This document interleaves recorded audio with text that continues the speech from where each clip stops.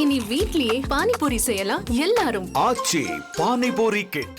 சென்னை எழும்பூர் ராஜரத்தினம் ஸ்டேடியத்தில் போராட்டத்தில் ஈடுபட்டு வரும் பாஜகவினரை போலீசார் கைது செய்து வருகின்றனர். இதுகுறித்த கூடுதல் தகவல்களை செய்தியாளர் சமய மணிவண்ணன் வழங்கிட கேட்கலாம். சமய மணிவண்ணன், வணக்கம். தற்பொழுது இந்த கைது நடவடிக்கையை தொடர்ந்து அங்கு இருக்கக்கூடிய கள நிலவரம் என்னவாக இருக்கிறது? விவரங்கள் என்ன? டாஸ்மாக் ஊழல் குற்றச்சாட்டுக்கு டாஸ்மாக் ஊழல் குற்றச்சாட்டை எதிராக தமிழ்நாடு அரசை கண்டித்து பாஜக சார்பாக இன்றைய தினம் டாஸ்மாக் தலைமை அலுவலகமான தாளமுத்து நடராசன் மாளிகையை முற்றுகையிடும் போராட்டமானது அறிவித்துள்ளது.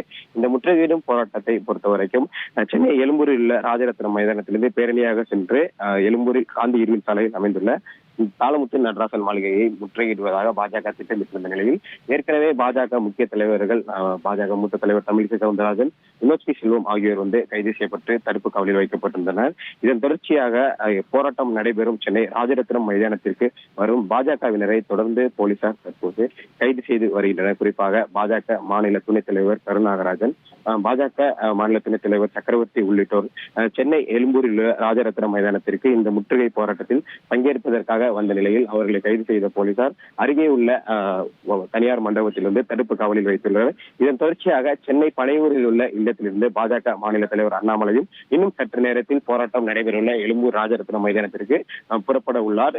பாஜக மாநில தலைவர் அண்ணாமலை இன்னும் சற்று நேரத்தில் புறப்பட உள்ள நிலையில் அவரும் வழியிலேயே கைது செய்யப்படுவார் என எதிர்பார்க்கக்கூடிய ஒரு சூழல் தான் உள்ளது. தொடர்ந்து அடுத்த கட்டமாக எழும்பூருக்கு வருகை தந்து வரும் போராட்டத்தில் பங்கேற்பதற்காக வரும் பாஜகவில் தொடர்ந்து கைது செய்யப்பட்டவர்களுடைய காட்சிகளை நேரலையில் காண முடிகிறது. தகவல்களுக்கு நன்றி சமய மணிவண்ணன். இனி வீட்லயே பானிபூரி செய்யலாம் எல்லாரும். ஆச்சி பானிபூரி கிட்.